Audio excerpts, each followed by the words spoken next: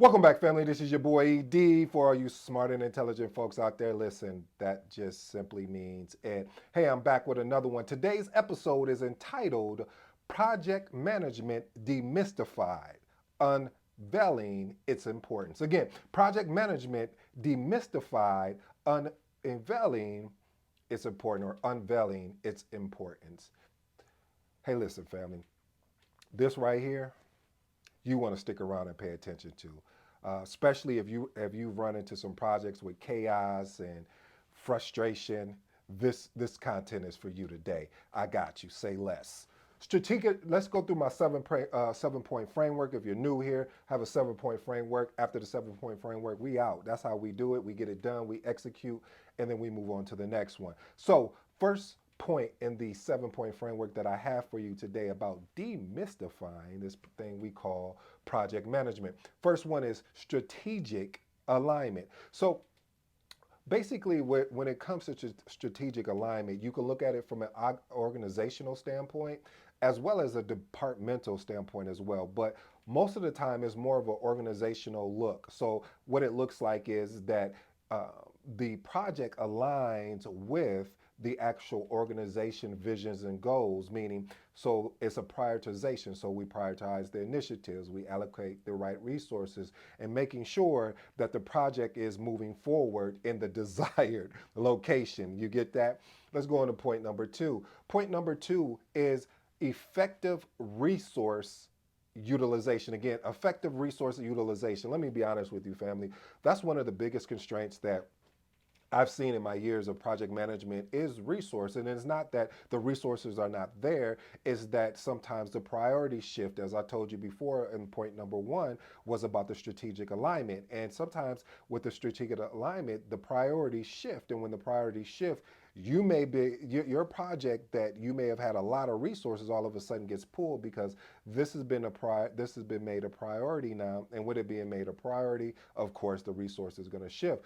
But let me tell you how you address that. How you address that is ensuring that you optimize the time, the budget, as well as the talents that's working on your project. So by optimizing that, I am saying is that you need to figure out while you're leading this project to be able to create, I call it sort of like a little small mini organization of resources that you have. And that looks like basically saying, okay, so I have 5 people on this project that's supposed to be working on it. If one of them were to leave or something of that nature, what are my next steps? So you need to be creating a vision for yourself as a project manager to be thinking, watch this, 2 to maybe even 3 steps ahead to say if this happens. So it's really imperative that you really make sure that you're connecting with your stakeholders day in and day out.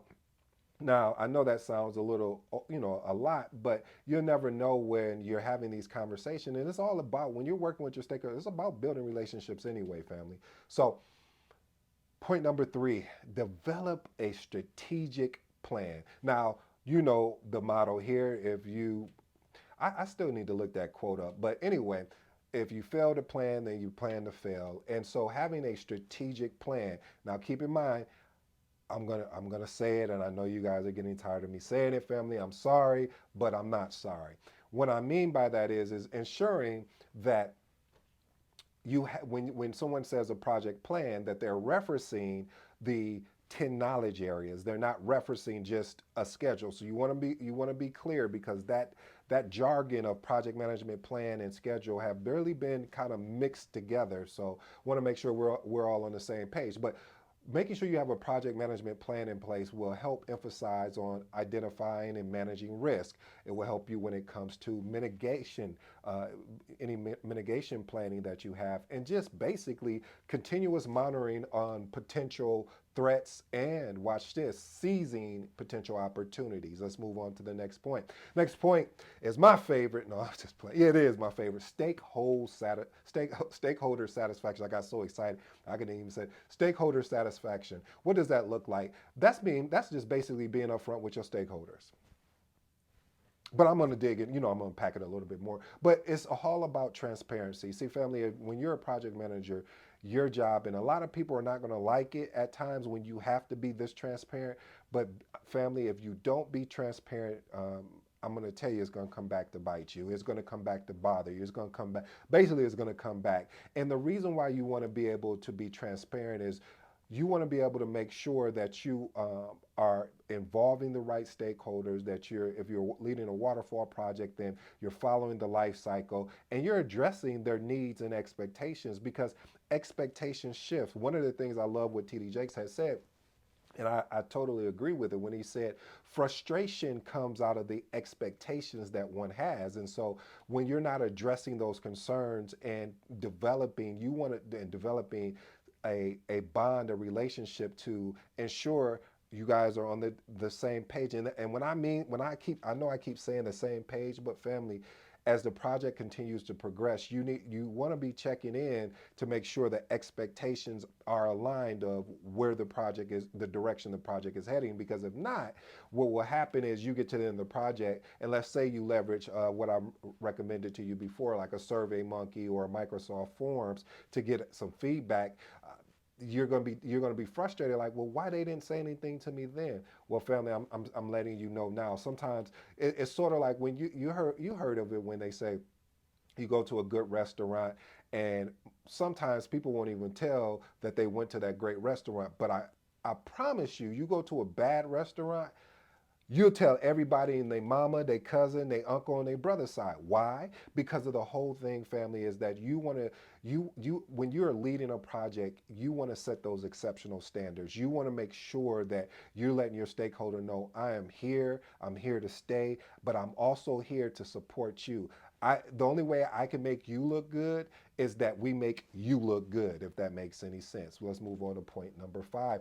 Time delivery. We talking about execution? Yes, execution. Listen, family, in today's world, the first person to market is probably going to most of the time outwork their competition. However, the challenge is, yes, you're first to the market, but the product may be so what do you do then? Then you have to understand that since speed is crucial, making sure that you are defining timelines, you're meeting deadlines, and you're also delivering tremendous value in a timely manner as well. And delivering value is making sure that you are keeping in line with your stakeholders. You're always going to hear me say that. If any project manager tells you anything different, but I would love to hear it, because your stakeholders are really the soul of your project, because without them, you're not there to help lead. Without them, you're not there to basically be the support system that they need. So family, your stakeholders are very important, and time delivery is extremely important when you're leading a project. And then I'll imagine if you were leading, a Scrum type, you're using a framework of Scrum. Time is of the essence, if you're running a 2 to 3 week sprint. So I won't go into that, family, because we're talking about time delivery, but I want to give you a caveat about that. Adaptability and agility. Listen, I got a story for you about this. That's point number 6. I remember when I first really learned about adaptability and agility with regards to project management. I knew about it in Scrum, but when I start seeing it more in project management, because I was so used to that waterfall approach, like, you just do step A, and then you move from step A to step B, and step B to step C. And it was just like, so I was caught up in that dogma of this is how it has to be. You have to have all of these artifacts before we can move on to the next phase within the project lifecycle. And a lot of artifacts you do need to have in place. However, there are certain artifacts that is not prevalent or even relevant to what you're actually doing on this project. So when you're looking at your project, don't use a one size fit all, because what makes it even a project? What does PMI say? Well, let's paraphrase real quick so we can get straight to the next point. But the point of it is a project is a temporary endeavor. It has a beginning date and an end date. So if that's the case, it's okay to leverage certain methodology and framework, but always be willing to adapt and change if it makes sense based on what the project objection is, what the project vision is, where and what the actual. And also, I want to say this. I'll give you another caveat. You also want to make sure that while you have with this team, because you got to kind of understand their strengths and weaknesses as well. So they may be very strong, like you have your project schedule up and everyone is providing you the task and providing everything. And then you may have other situations where it's not working that way. So you have to find unique ways. Here's another story. I don't know. I guess I'm full of stories today. I remember when I was leading this project, and again, I'm trying to communicate through email. This was my very first lesson, and this was in my young management days of people were just communicating via email. And I'm like, let's get on a call. We can knock this out in 15 minutes or less if we get on a call versus you send the email, I sit there and wait. Then I send the email and then you sit there and wait because now once you get the email, you gotta read the email, then you gotta, you know, articulate a proper response. And I'm like, if we got on a phone call all together, we'll be able to do that. So family, when you're being adaptable and agile, when you're leading a project, be creative. Don't get put in, you know what I'm about to say, no point intended, a box. Anyway, let's move on to point 7. Point number 7, continuous, and I do mean continuous improvement. Continuous improvement looks like this: lessons learned. A lot of times, as I stated before, a lot of project managers don't run lessons learned through the whole project. They wait to the end of the project and then they want to talk. And you still need that piece, but you also need the pieces as you're going through each phase of the project or each step of the project, because those are going to be valuable lessons in which you'll be able to, lead other projects with.